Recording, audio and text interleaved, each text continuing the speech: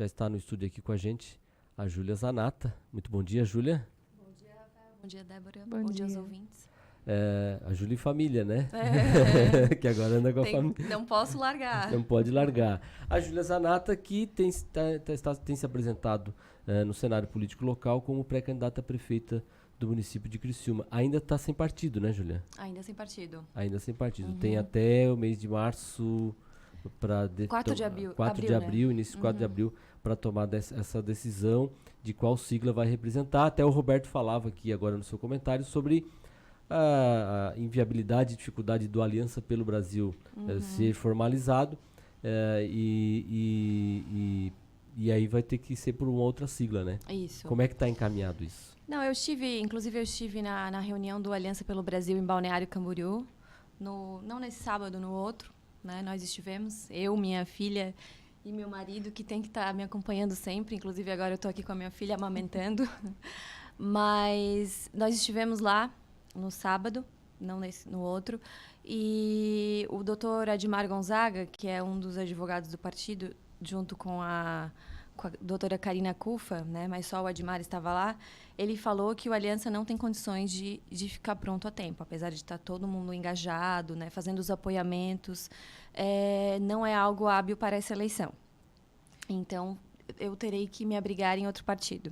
E é isso, por não ter o Aliança, só para que fique bem claro, é uma escolha daí de cada pré-candidato, de cada envolvido nas eleições municipais, ou se tem um partido que seja meio que coringa, enquanto a Aliança não tem essa liberação? Na verdade, eu acho que vai da realidade de cada estado, né? Por exemplo, eu escutei que no Rio Grande do Sul a maioria dos aliados de Jair Bolsonaro vão para o Podemos, né?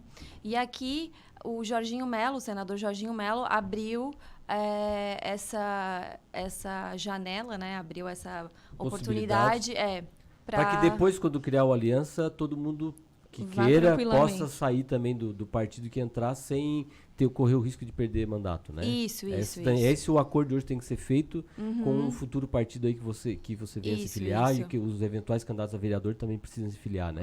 Seria essa a ideia. Sim, essa é a ideia. Então, Jorginho Melo convidou os bolsonaristas para irem para o PL. E aí tu tá nessa tendência? Tô. Apesar de que eu acho que lá na frente o PL e o Aliança estarão juntos, né? Então, é um bom abrigo para os bolsonaristas. Bom, e Júlia, e por que tu está se apresentando como pré-candidata a prefeita da cidade? Por que está te levando a ter esse posicionamento de querer participar da eleição e já no cargo do Executivo Municipal? Por que não, né? Mas, assim, isso começou a surgir, nem fui eu que comecei com essa história. Outras pessoas começaram a falar, por que tu não vai a prefeita? E no começo eu não tinha essa audácia, vamos dizer assim. Mas eu fui encorajada, inclusive, pelo deputado federal Eduardo Bolsonaro, né, que é meu amigo. Por que tu já não vai à prefeitura e tal? E comecei a tomar coragem, né? Porque eu acho que Criciúma precisa de uma opção. Né? Não pode ter uma eleição com um candidato que uma eleição já ganha, tem que ter disputa, né? Então eu estou me colocando vou me colocar, na verdade, né? Se tudo permitir, né? Porque isso não está definido ainda, né? Vou me colocar como uma opção para Criciúma. Júlia, com essa possibilidade também você já se colocando à disposição como pré-candidata, e aí agora falando em PL, né? Porque já é o que já está mais claro, pelo menos nos últimos meses e nesse ano. E aí no PL já se tinha também o nome de Jefferson Monteiro. Isso, como Jefferson. Como pré-candidato. Como é que está essa questão dentro do partido em relação a isso? Inclusive, eu e o Dr. Jefferson, nós já conversamos, né? Nós estivemos juntos, eu acho que faz 2 semanas. Nós estamos conversando, como eu falei, né?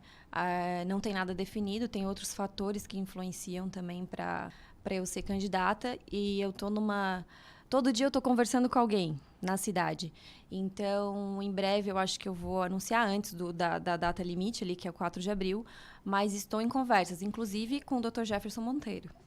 Tu tens conseguido imprimir assim uma rotina já também de pré-candidata, nesse sentido de estar não só, porque claro, é um momento de tentar viabilizar a candidatura, né, porque ter essa intenção, depois tem a convenção, tem que ter a confirmação, mas Isso. claro que todo esse momento é de conversas e de que lá na frente você possa confirmar ou não essa possibilidade. Mas também em termos de visitar comunidades, visitar outras lideranças também, para tentar entender o que a cidade precisa, para depois estar formatando a tua própria campanha, porque, claro, a candidatura é muito mais. Tem esse detalhe de garantir que ser candidato ou não, né? Isso. Mas também depois ter o que levar para a campanha eleitoral, o que discutir aqui na cidade, né? Não, eu tenho acompanhado, sim. Eu ganhei minha filha no dia 21 de novembro, né? Então, fiquei um pouco em casa, né? Agora que ela tá com 2 meses, né? Eu já tô aí nativa, até achei que um pouco cedo, mas a vida tem que andar, né? Então, tô fazendo muitas conversas, que nem eu já falei. E muitas pessoas estão me procurando. Presidentes de bairro, né? Já me procuraram alguns presidentes de bairro, levando demandas e o que eu falei, essa necessidade de que Criciúma tenha uma opção, né? Que não seja uma eleição já considerada ganha, né? Porque eu te pergunto isso assim, o que tu tens ouvido, né? Porque a gente veio de uma eleição onde o atual prefeito foi eleito com uma grande maioria, com uma grande aprovação. E, como você diz, é importante que a gente tenha outras opções para o debate sempre acontecer. Que seja, inclusive, para quem tem...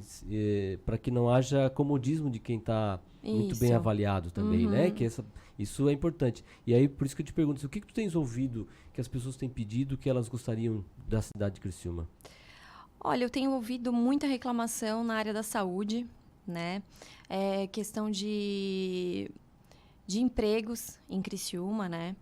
E do desenvolvimento da cidade, né? É o que eu mais tenho escutado. Então, eu creio que eu vou basear o meu plano de governo nessas conversas que eu tenho tido, né? O meu plano de governo, se eu for candidata, claro. E se eu não for, vou contribuir com as minhas opiniões para alguém, né?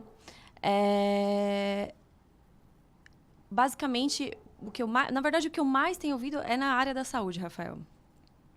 Julie, falando em relação a alianças políticas agora também, já é notório também o seu sogro é PSB. Existe alguma possibilidade de haver alguma aliança ou algo nesse sentido? PL, PSB, por conta dessa proximidade, há alguma conversa nesse sentido? Indo um pouquinho mais além, agora saindo, indo para família. Agora. Não, é inevitável. Mas eu não gosto de responder pelos outros, né?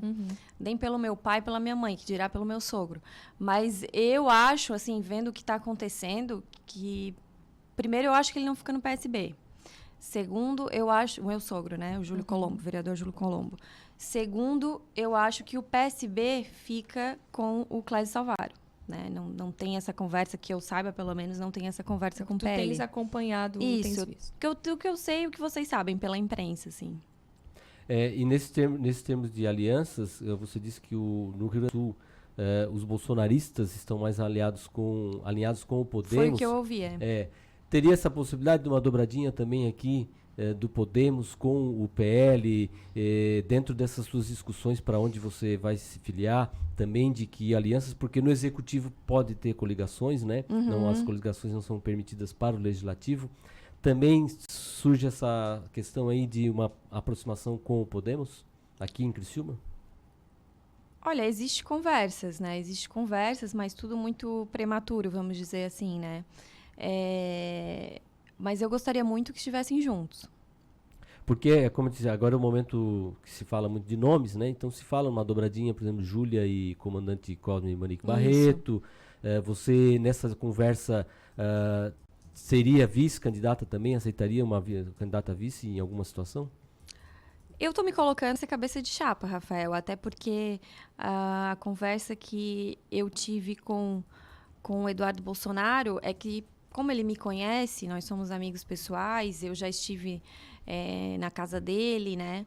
Trouxe ele aqui para Criciúma, ele já esteve na minha casa, eu já fui no Palácio do Alvorada, já dormi no Palácio do Alvorada, ele me conhece. Porque o que aconteceu? Na última eleição, muitas pessoas que sequer eram o Jair Bolsonaro, nem gostavam do que ele representa e das ideias dele, se aproveitaram da onda Bolsonaro apenas para se eleger. E hoje a gente está vendo o que a gente vê, né? Muitas pessoas que rechaçam Jair Bolsonaro, rechaçam tudo que ele representa e que se elegeram por ele e não têm o mínimo de gratidão. Então, nessa eleição, os bolsonaros eles vão ser muito mais cuidadosos ao apoiar alguém, né? E nesse caso, como eles me conhecem antes da eleição, né, bem antes, não teria esse problema. Então, eles preferem apoiar nomes diretamente conhecidos por eles. E que tipo de pensamento deve ter também com quem você vai ter algum tipo de aliança? Que tipo de pensamento deve ter? Que tipo de proposta você fala nessa situação? Que é o que aconteceu com o racha do PSL, o que aconteceu com essa divisão, é isso que você se referiu anteriormente, né?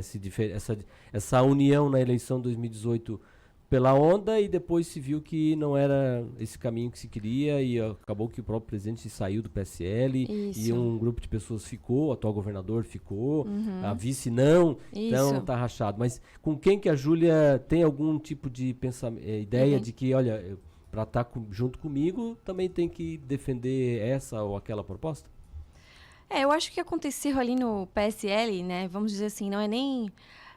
questão de defender a ideia X ou Y, mas se tu não defende as mesmas ideias do Jair Bolsonaro, que no mínimo eles tinham que ter sido gratos, né? Gratidão é essencial, né? Eu acho que uma coisa que o povo não aceita é traição, né? Nós já vimos isso em diversos casos na política e o traidor sempre saiu mal visto. Então, se você se elegeu na onda Jair Bolsonaro, mas foi só por uma questão que você se aproveitou para se eleger, então, no mínimo, querido, tenha gratidão, né?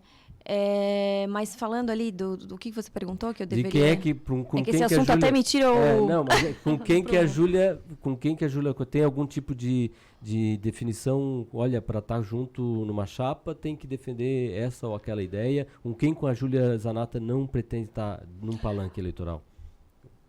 Eu não pretendo estar no palanque eleitoral, obviamente, né, com nenhum candidato, nenhum candidato, nem a majoritária, nem que já foi, de esquerda, né.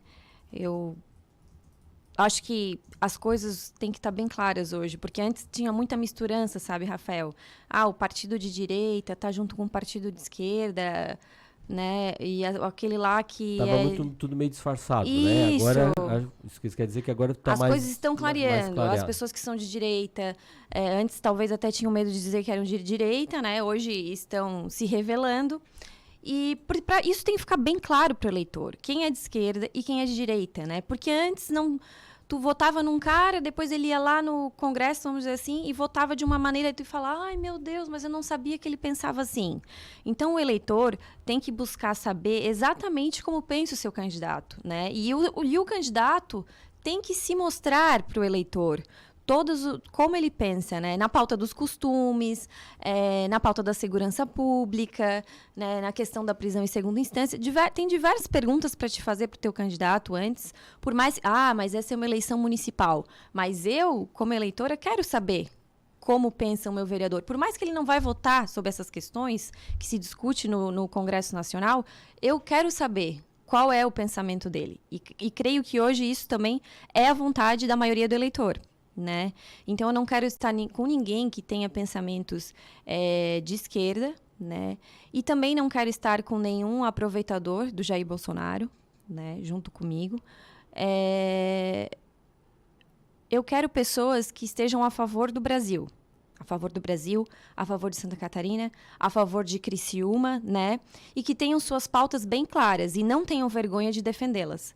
Porque não tem problema se você... tem um pensamento de esquerda. Agora, defenda o seu pensamento até o último instante, entendeu? Esteja na moda ou não esteja. Porque, né, muitas pessoas... Hoje está na moda ser de esquerda. Vai lá. Aí, na manhã está na moda ser de direita. Vai para o outro lado. Não, seja firme, né?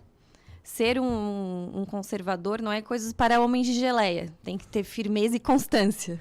Para a gente finalizar, o presidente é muito provável que, com essa movimentação toda, não vai se envolver nas candidaturas, nas eleições municipais diretamente. Mas o Eduardo, você sendo candidata, deve vir a Criciúma para demonstrar apoio para você? Deve participar um pouco da sua campanha? Deve demonstrar esse apoio para você?